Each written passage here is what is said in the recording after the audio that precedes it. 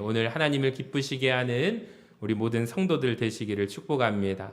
오늘 사도행전 25장을 통해서 우리가 확인하고자 하는 것은 하나님을 어떻게 하면 기쁘게 할 수 있을까? 우리가 이 한 가지를 바라보면서 말씀을 나누기를 원합니다. 오늘 이 시간 주의 음성으로 받게 되시기를 간절히 소망합니다. 우리 25장 1절에서 3절을 한번 보시기 바랍니다.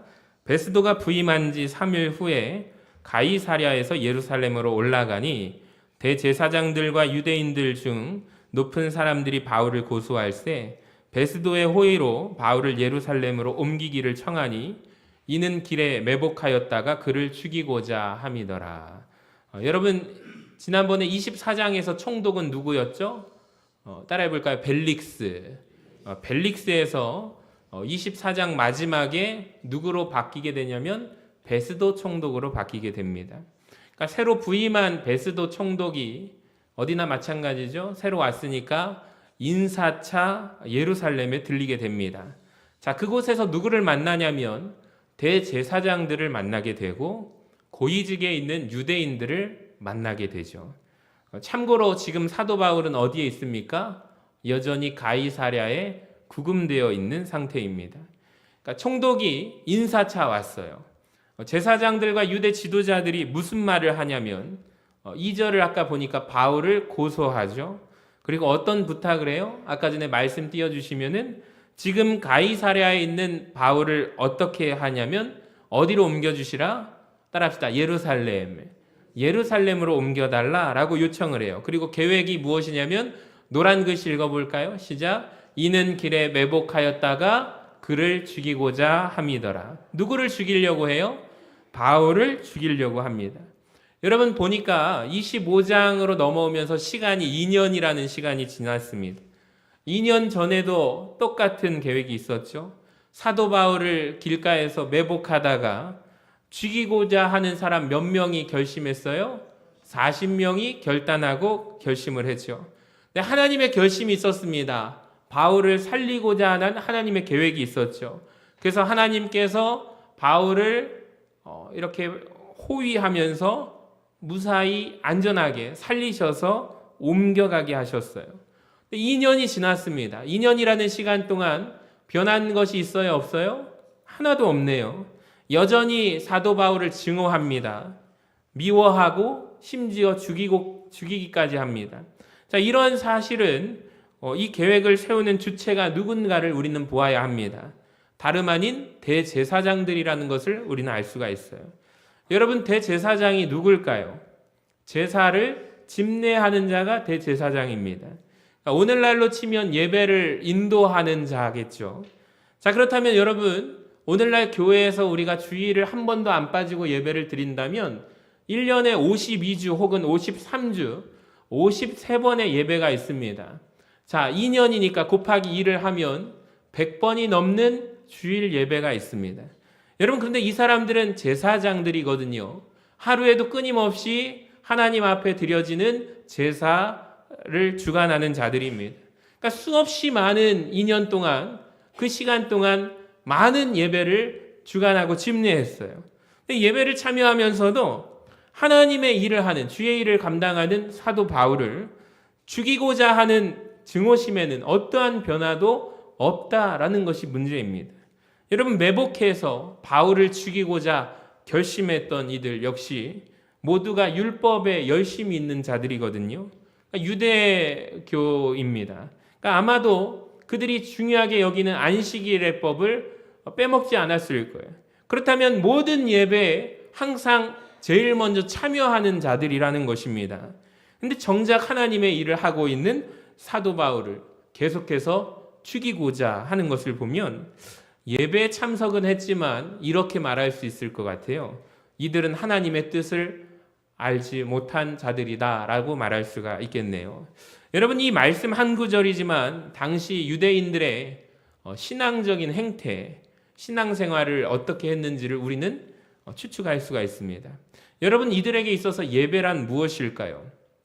예배란 무엇입니까, 여러분? 하나님의 임재, 하나님과 우리의 만나는 시간이 아니라 그냥 이들에게 예배라는 것은 종교 행위였던 것 같습니다. 그냥 죽은 종교 의식에 참여했던 거죠.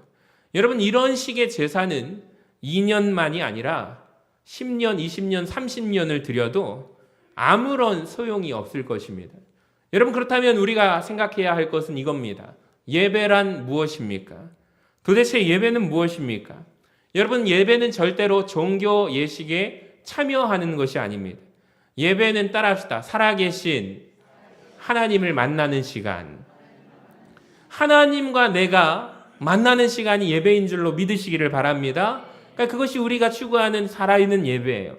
여러분, 그래서 예배를 제대로 드리고 나면 우리가 결단을 하게 되죠. 깨달음이 있습니다. 실천이 있습니다.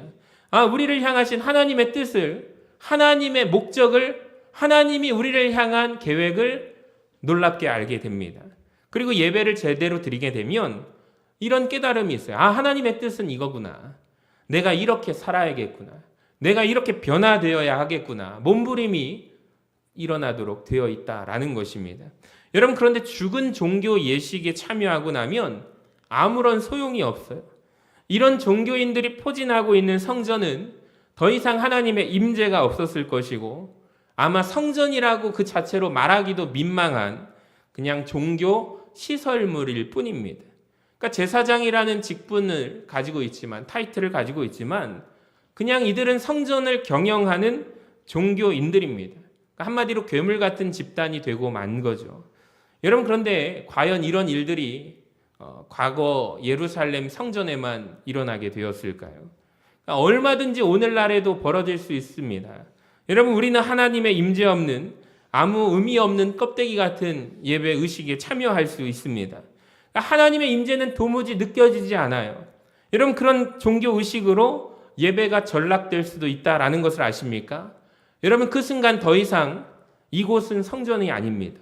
그냥 건물일 뿐이죠. 그러니까 목회자도 더 이상 목사가 아닙니다.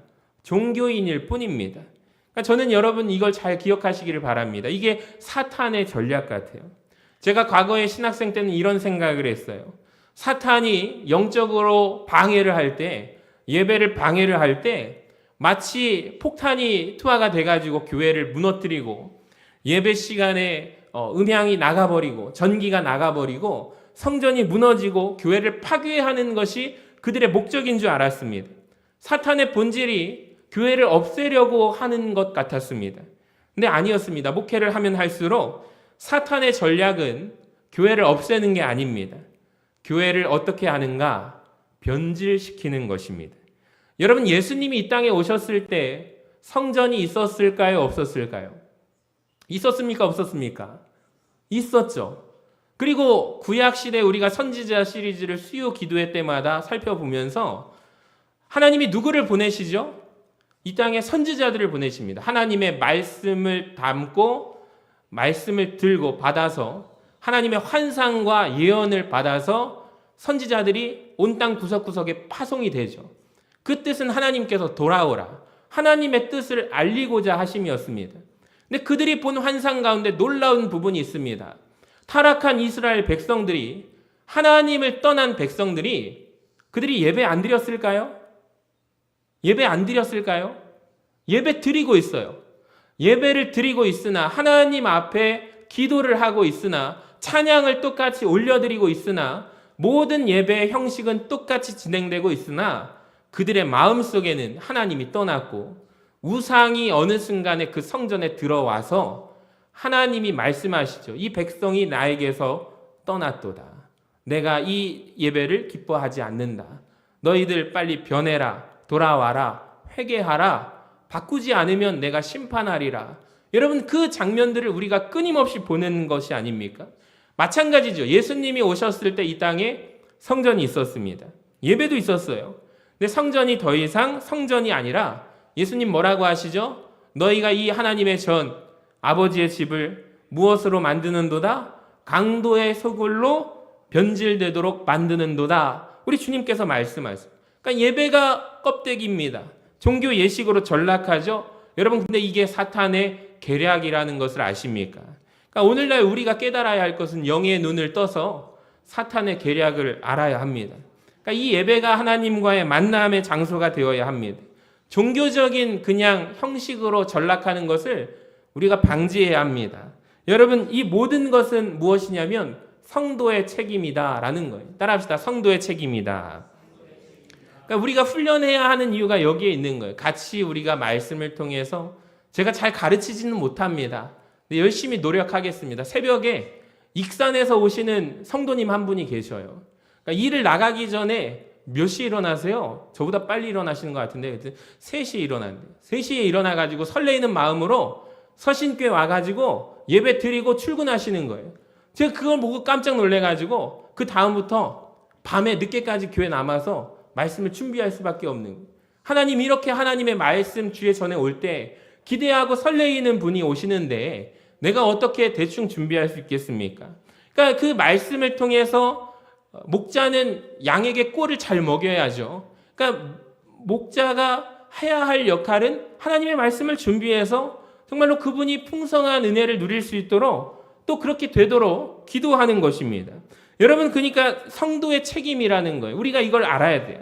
이걸 알지 못하면 목회자의 책임, 교회가 잘못되는 것은 목사님 탓입니다. 그래서 목사님을 바꿔요.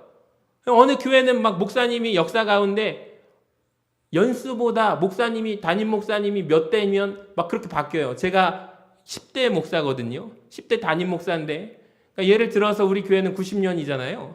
그러면은 다른 교회는 10년밖에 안 된 교회가 목사님이 벌써 담임 목사가 30 몇 대라고 하면 그 교회가 누가 평안하다고 말하겠습니까? 그러니까 우리가 그것을 깨달아야 한다라는 거예요. 그러니까 교회의 책임을 목회자로 돌리면 편합니다. 네, 여러분, 그거 아니에요. 성도의 책임입니다. 이 건물이 건물로 전락되지 않도록 성령이 이곳에 거하시는 장소가 되려면 우리 성도들의 모든 책임이 있다라는 거죠. 그러니까 저는 우리 교회가 한 주간에 우리가 드려지는 이 주일 예배가 정말 설레이는 마음으로, 여러분, 가족, 친척, 내 자녀가 결혼하면 이 결혼식 준비를 얼마나 열심히 합니까? 심지어 그 당사자들은 얼마나 준비를 많이 합니까? 그러니까 설레이는 마음으로 다 하객들을 초청을 하잖아요. 그러니까 우리가 그런 기분으로 예배를 왜 드리지 못할까요? 우리가 하나님 앞에 나와서 정말로 하나님, 내가 아버지 집에 왔습니다. 한 주 한 주의 예배가, 정말로 하루하루의 예배가 설레임 가운데 하나님 앞에 나온다면 얼마나 좋을까요? 여러분, 그러할 때 우리 교회 예배가 저는 살아있는 예배가 될 줄로 믿습니다. 우리가 하나님의 말씀하심이 있는 예배가 되기를 간절히 소망합니다. 자, 총독 베스도가요, 여러분 무슨 얘기를 들었냐면 유대인들에게 이런 얘기를 듣죠. 재판을 할 건데 예루살렘으로 가서 바울을 재판했으면 좋겠습니다. 가이사랴에 있는 재판받는 바울을 예루살렘으로 베스도 총독이시여 옮겨주세요 라고 부탁을 하는 거예요. 자, 4절에 보니까 바울을 현재 가이사랴에 구류되어 있고 베스도가 말해요. 자기도 멀지 않아 그곳으로 떠나갈 테니까 차라리 너희 중에, 유대인들 중에 유력한 너희들이 나와 함께 그곳에 가서 거기에서 재판을 하자. 자, 그런데 그 사람에게, 누구죠? 바울에게 옳지 아니한 일이 있으면 바울을 거기에서 고발하면 되지 않느냐라고 말을 해요. 자, 그래서 재판이 예루살렘이 아니라 어디에서 진행돼요? 가이사랴에서 재판이 진행되는 거예요. 자, 그런데 7절에 유대인들이 왔어요. 유력한 자들이 와서 고발을 하기 시작합니다. 자, 예루살렘에서 내려온 유대인들이 둘러서서 여러 가지 중대한 사건으로 누구를 고발해요? 사도 바울을 고발합니다. 근데 증거를 능히 대지 못하는 모습이 나옵니다. 사도 바울은 그렇게 악한 사람입니다. 이런 죄를 지었습니다. 고발을 하는데, 고발은 하고 말은 하는데 증거를 하나도 대지 못하는 상황이 나와요. 자, 이때 베스도 총독이 깨닫게 되죠. 아, 바울은 죄가 있구나 없구나? 죄가 없구나. 바울은 아무런 죄가 없구나. 여러분, 그러면 어떻게 하면 될까요? 죄가 없는 자는 지금 구류되어 있잖아요. 풀어주면 될 것 아닙니까? 근데 이 순간 베스도의 결정을 한번 보시기 바랍니다. 굉장히 가슴 아픈 구절인데 구절을 보세요. 우리 같이 읽어봐요. 노란 글씨만 시작. 베스도가 유대인의 마음을 얻고자 하여. 그러니까 유대인들은 지금 사도 바울을 죽이고자 하는 마음을 누가 알아요? 베스도가 알잖아요. 인사하러 갔다가 유대인들의 마음을 알게 되었어요. 베스도는 지금 사도 바울이 죄가 없는 걸 알고 있는데 유대인들의 환심을 사고 싶어서 바울에게 질문합니다. 네가 예루살렘에 올라가서 신분 받을래? 하고 묻는 거죠. 여러분 예루살렘으로 옮긴다고 한번 생각해 보세요. 아까 전에 그들의 계략이 무엇입니까? 길가에서 중간에 매복한 사람들에게 바울이 반드시 죽게 되어 있습니다. 그러니까 베스도가 지금 머리를 쓰는 거예요. 자기는 바울이 죄가 없는 걸 알았는데 유대인의 마음을 얻고자 해서 예루살렘에 가서 너 재판하자라고 말하는 거예요. 자, 그러면 가는 길에 바울이 어떻게 돼요? 길가에서 매복한 사람들에게 죽임당할 것 아닙니까?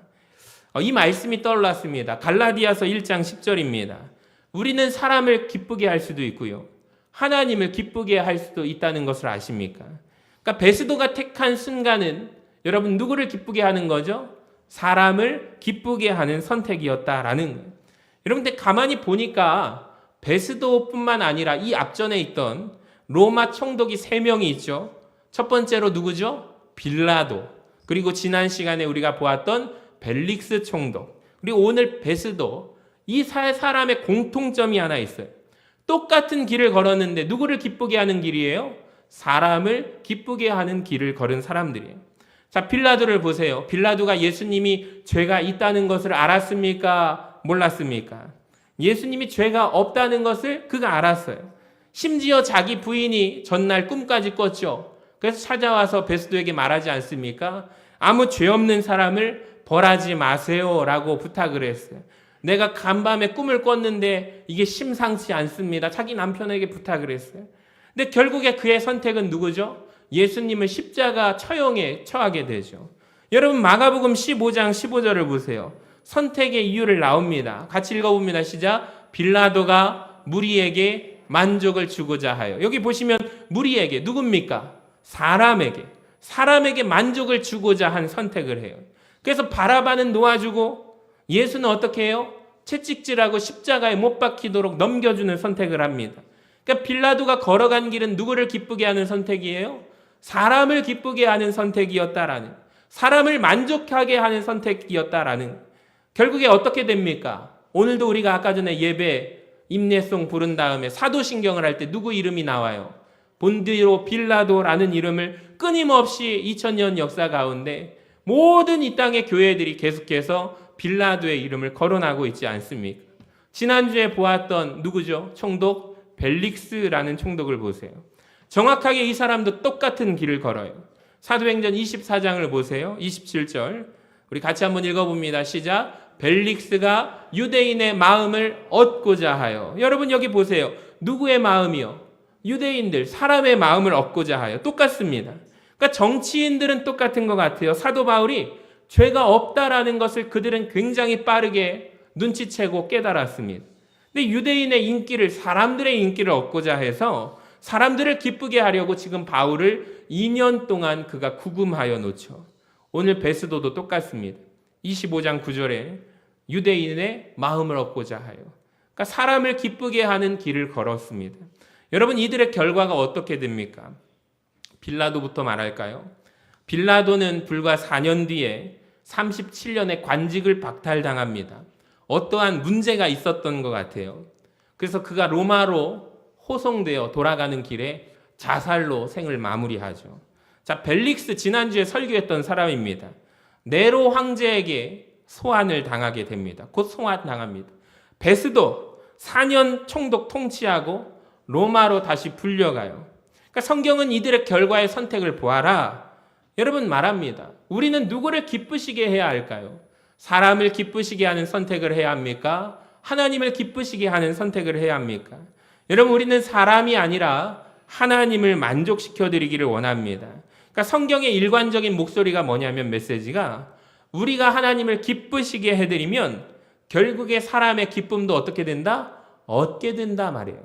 근데 사람을 기쁘게 하고자 하면 결국에 사람에게도 버림받고 하나님에게도 버림받는다라는 것을 말합니다. 갈라디아서 1장 10절을 잘 보시기 바랍니다. 이제 내가 사람들에게 좋게 하랴, 하나님께 좋게 하랴, 사람들에게 기쁨을 구하랴. 내가 지금까지 사람들의 기쁨을 구하였다면 그리스도의 종이 아니니라. 아멘. 여러분도 인생을 살다 보면 선택의 기로에 놓이게 되실 것입니다. 여러분 선택하는 순간마다 사람을 기쁘게 할 것인가, 하나님을 기쁘게 할 것인가 반드시 옵니다. 직장 상사를 내가 기쁘게 할 것인가, 하나님을 기쁘게 할 것인가? 내 남편을 기쁘게 할 것인가? 하나님을 기쁘게 할 것인가? 부모를 기쁘게 할 것인가? 하나님을 기쁘게 할 것인가? 반드시 그 선택의 기로에 서게 됩니다. 여러분, 그 선택에 빌라도가 섰고 벨릭스가 섰고 베스도가 섰네요. 근데 그들의 선택은 결국에 사람을 기쁘게 하는 길로 나아갔다라는 거예요. 사랑하는 여러분, 우리는 다른 선택하기를 원합니다. 하나님을 기쁘게 하는 선택하기를 원합니다. 따라합시다. 하나님을 기쁘시게 합시다. 할렐루야. 여러분, 그 고백으로 나아갈 수 있기를 원합니다. 자, 베스도가 지금 사람들을 기쁘게 하려는 선택을 가지고 바울을 예루살렘으로 옮기려고 하죠. 그러니까 즉 그 말은 자기 손에 피 안 묻히고 바울을 죽이고자 하는 계략이죠. 근데 그 순간 아무도 상상하지 못한 바울의 입에서 고백이 나옵니다. 10절을 보세요. 바울이 이르되 내가 가이사의 재판 자리 앞에 섰으니 마땅히 거기서 신문을 받을 것이라. 그리고 11절 후반에 내가 누구에게 상소하노라? 가이사에게 상소하노라. 여러분, 사도 바울이 만약에 베스도가 너 예루살렘 가서 재판받을래? 그랬을 때 계략을 전혀 모르잖아요. 바울은 나 거기 가서 받을까? 라고 생각했다면 큰일 났을 텐데 그 순간 바울의 입에서 무슨 말이 나오냐면 아니, 나 안 갈래. 난 가이사에게 상소한다. 가이사가 누굽니까? 황제에게 상소한다. 나 로마 가서 재판 받겠다라는 말을 하는 거예요. 그러니까 바울 입장에서 제가 이 부분을 묵상하면서 바울은 아무것도 모르잖아요. 여러분, 아무것도 모르는 상태에서 베스도가 그렇게 말했을 때 회유당해서 그렇게 예루살렘으로 끌려갈 수도 있었을 텐데 아무것도 모르는 상황에서 바울의 입에 누가 그 말씀을 넣어주셨을까요? 성령께서 그 말씀을 넣어주신 것 같습니다. 저는 가이사에게 가겠습니다. 여러분, 이 아무것도 아닌 말 한마디가 바울의 목숨을 살립니다. 로마에 가서 하나님의 말씀을 전해야 한다는 하나님의 뜻도 이루게 만들었다는 것을 아십니까? 말씀이 하나 생각나는데 누가복음 12장을 보세요. 11절에 사람이 너희를 회당이나 위정자나 권세 있는 자 앞에 끌고 가거든 어떻게 무엇으로 대답하며 무엇으로 말할까 염려하지 말라. 우리 같이 마땅히 읽어봅니다. 시작. 마땅히 할 말을 성령이 곧 그때 너희에게 가르치시리라. 아멘. 여기에서 가장 중요한 단어가 뭐예요? 성령이 곧 그때 가장 필요한 말을 너희에게 넣어주리라. 여러분, 우리가 그러니까 성령 충만을 구해야 할 이유가 여기 있다라는 거죠. 그러니까 성령님의 인도하심을 받고 성령의 통제를 받고 여러분 그렇게 살아가는 자의 특권은 무엇이냐면 우리가 인생을 살아가면서 가장 필요할 때 가장 적절한 말은 누가 넣어주시냐면 그 입속에 성령님이 말씀을 넣어주신다라는 거예요. 여러분, 우리가 인생을 살아가면서 아마 재판석 앞에 서진 않을 거예요. 근데 여러분, 세상을 살다 보면 그런 때가 있죠. 우리가 이때 이 정확한 말을 해야 될 때가 있어요. 필요한 말을 필요한 때에 해야 될 때가 있어요. 그때 맞는 말을 내가 해야 될 때가 있어요. 근데 내가 그 말을 하지 못한 것은 나에게 지혜가 없어서 말을 하지 못하는 것이죠. 내 지혜로는 아무리 도저히 안 나오는 말이죠. 근데 여러분, 그때 누가 우리의 입술에 말을 넣어주시냐면 성령님께서 말씀을 넣어주세요. 마땅히 할 말을 여러분 입속에 성령님께서 넣어주시기를 주님의 이름으로 간절히 축원합니다. 자, 본문 13절을 보세요. 우리 같이 한번 읽어봅니다. 시작. 수일 후에 아그리빠 왕과 버니게가 베스도에게 문안하러 가이사랴에 와서 여러분, 재판은 어떻게 되냐면 흐지부지 됐습니다. 이제 바울은 어디로 호송되냐면 로마로 호송되죠. 자, 새로 부임한 총독이니까 이 당시에 여러분 이걸 기억하셔야 돼요. 유대 땅에 분봉왕이 통치하는 지역이 있어요. 그리고 또 총독이 통치하는 지역이 있어요. 그러니까 분봉왕이 통치하는 지역이 있는데 그 분봉왕이 누구냐면 따라해 볼까요? 아그리빠 왕이 오는 거예요.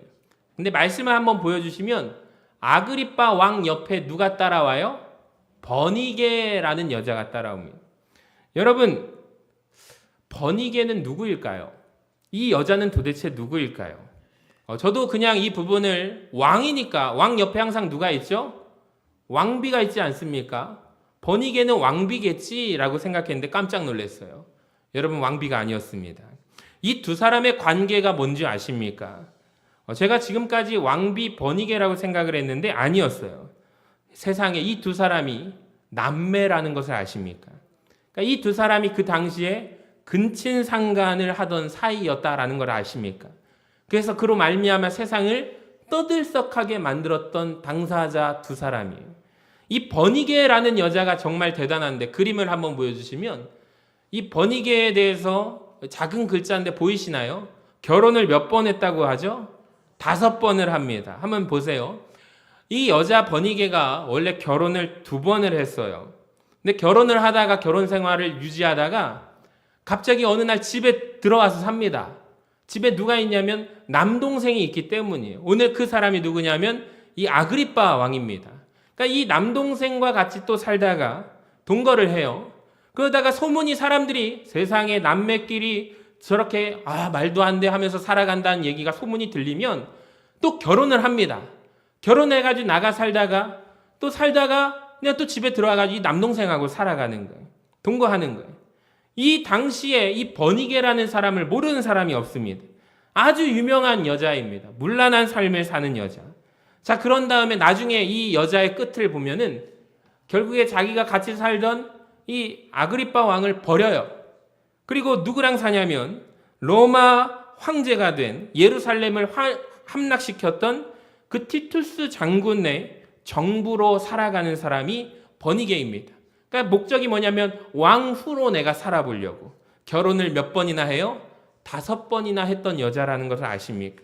자, 23절을 한번 보세요. 우리가 이 말씀을 보고 노란 글씨를 보시면 이튿날 누가 찾아와요? 아그리빠 왕과 버니게가 찾아와서 크게 위엄을 갖추고 왔대요. 여러분, 왕 곁에서 얼마나 화려한 예복을 입고 위엄 있는 자세로 권위 있게 앉아 있었겠습니까? 근데 이들을 바라볼 때 하나님이 볼 때 이들이 비록 권위를 갖고 있고 권좌에 앉아 있지만 하나님은 다 알고 계시는 거예요. 하나님은 취약한 이들의 모든 것을 알고 계세요. 이 당시 사람들도 다 알고 있어요. 근데 더 놀라운 사실을 알려드릴까요?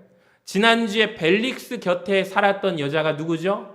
자기 남편 버리고 총독을 선택했던 따라합시다.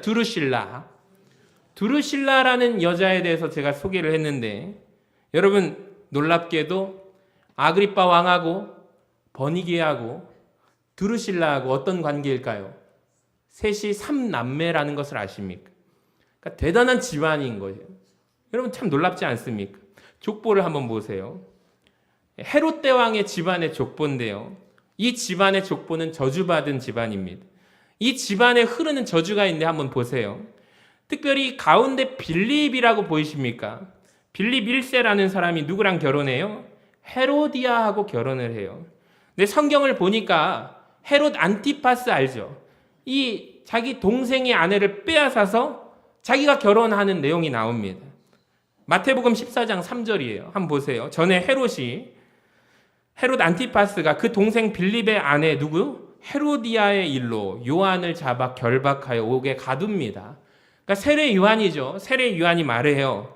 헤롯에게 당신이 그 여자 헤로디아를 차지한 것이 옳지 않다 하였습니다. 세례 요한이 죄를 지적합니다. 이 집안에 이런 죄가 있어요. 다시 족보를 한번 보여주시면 형제의 아내를 빼앗아서 둘이 결혼하죠. 자, 그리고 이 둘 사이에서 낳은 딸이 누구냐면 따라해볼까요? 살로메가 춤을 추다가 너의 소원을 들어주겠다, 너의 요청하는 거 다 들어주겠다 했을 때 어머니에게 가가지고 어머니 무슨 요청을 할까요? 그때 무엇을 요구합니까? 쟁반에 누구의 머리를 담아와라? 세례 요한의 머리를 담아와라. 여러분 목을 베게 한 사람이 이 살로메 아닙니까? 이 살로메라는 여자가 오른쪽 끝에 누구랑 결혼할까요? 자기 삼촌하고 결혼합니다. 그리고 오늘 헤롯 아그리빠 2세가 왼쪽 맨 밑에 여러분 오늘 말씀에 나오는 그 버니게하고 3명이 남매인데 둘이 동거하고 있고요. 두루실라가 같이 남매인데 벨릭스 총독하고 살고 있죠. 여러분 제가 이 족보를 보면서 정말 놀랍습니다. 이 집안에 흐르는 죄의 저주가 있습니다. 이 집안에 무슨 죄가 있냐면 성적인 문란함의 죄가 있다라는 거예요. 여러분 아까 전에도 말씀드렸지만 사람들 앞에서는 권자 앞에 예복을 입고 크게 위엄을 갖춘 상태로 앉아 있지만 그 모습을 누가 보세요? 하나님이 보시기에 너무나도 타락한 모습으로 그들의 실상을 고발하고 있습니다. 여러분, 오늘 말씀을 통해서 우리가 특별히 이번 주 수요일부터 5월 가정의 달인데, 대부분 세상 사람들은 우리 가정을 화목하게 하려면 1년 중 이때라도 여행 가는 계획을 세우고 놀러 가는 계획을 세우고 하다못해 식사라도 여러 번 하는 계획을 세웁니다. 근데 우리는 어떻게 해야 될까요? 우리 믿음의 사람들은 어떻게 해야 될까요? 저는 바라기는 5월 한 달 우리가 작년, 재작년에 항상 가정을 위해서 기도할 수 있기를 원합니다. 가정, 자녀뿐만 아니라 여러분 교회를 위해서도 기도해 주시기를 바랍니다. 그러니까 우리의 목적과 우리의 목표는 우리가 세상 사람들이 따라가는 기준과 가치를 내버리고 예수 믿는 가정은 어떻게 살아가야 할까? 우리의 가정을 건강하게 세우고 우리의 교회 다음 세대를 건강하게 세우는 일에 우리가 힘써서 기도하는 5월 한 달이 될 수 있기를 원합니다. 여러분, 이 가문을 보시면서 어떤 생각이 드세요? 세상적으로는 잘 나가고 아주 왕의 권위에 가진 가정이지만 이 집안의 죄악이 흐르고 있습니다. 여러분, 우리가 경계해야 할 것은 우리가 깨어있지 않으면, 우리가 죄 앞에서 문을 활짝 열어버리면 그 죄가 들어와서 나의 대에 끝나지 않는다라는 것을 알게 됩니다. 그 집안에 계속되는 반복의 역사가 일어나게 되는 거죠. 여러분의 집안이 어떻게 되기를 원하십니까? 여러분, 우리를 통하여 축복의 가문 되시기를 주님의 이름으로 간절히 축원합니다. 예수 잘 믿으시기를 바랍니다. 여러분 대에서 끝나지 않습니다. 영적인 축복이 흘러가는 가문이 되시기를 바랍니다. 그리고 우리는 사람과 하나님 앞에서 누구를 기쁘시게 해야 할까요? 하나님을 기쁘시게 하는 우리 모든 성도들 되시기를 주님의 이름으로 간절히 축원합니다.